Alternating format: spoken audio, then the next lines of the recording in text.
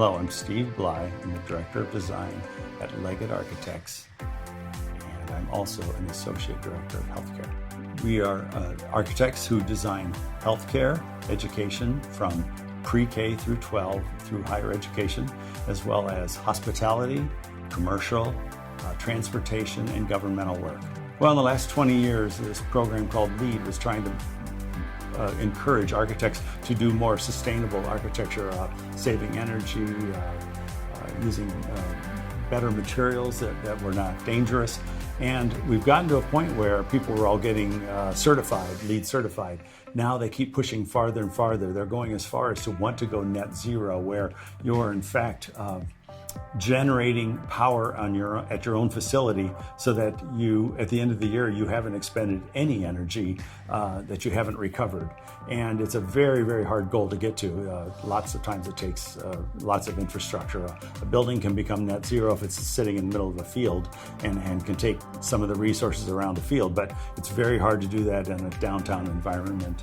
Or in a hospital, it's even more difficult because of the requirement to have sterile surfaces, sterile environment.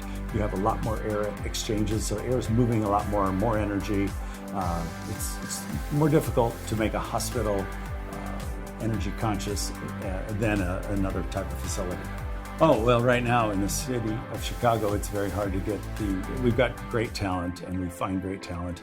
Some of the other firms that are larger than us will have programs that will sound quite exciting to some of the younger staff, and it's hard for a medium-sized firm to offer some of the amenities that are exciting and challenging that the other firms offer. And yet, being the size we are, the staff that we bring in gets more experience doing so many aspects of the business. When you're in a very, very large company, you might get sort of pigeonholed or shoeboxed into a certain role, and you'll be doing it over and over again. Whereas with us, the projects are so challenging, we're usually almost saying, here's a life raft, jump in the water and swim, and we'll teach you how, and we'll help you. But they don't always understand it's going to be like that, and usually it's after it's all over with, they realize that they've learned an awful lot. We've got a good long-term group of people that have been there for 25, 30, 35 years, and those people are really good at mentoring the younger staff, and then the younger staff is independent and doing things on their own. So the challenge has just been, when someone does get entranced and wants to leave and go to another firm, we have to sell ourselves really well to get the right kind of staff to replace those people. But we've got a really good group right now. Well, I'm personally using LinkedIn more than I've done in the past. I didn't understand the significance of it, and once I was able to win an award this last year that made me feel like I need to get it onto LinkedIn and update my profile. And when I did that, I started connecting with people and then started following some of the trails. And when I did that, I'm just getting all kinds of information. I actually got a proposal or RFP sent to me from a LinkedIn contact fairly recently that I know wouldn't have happened without that.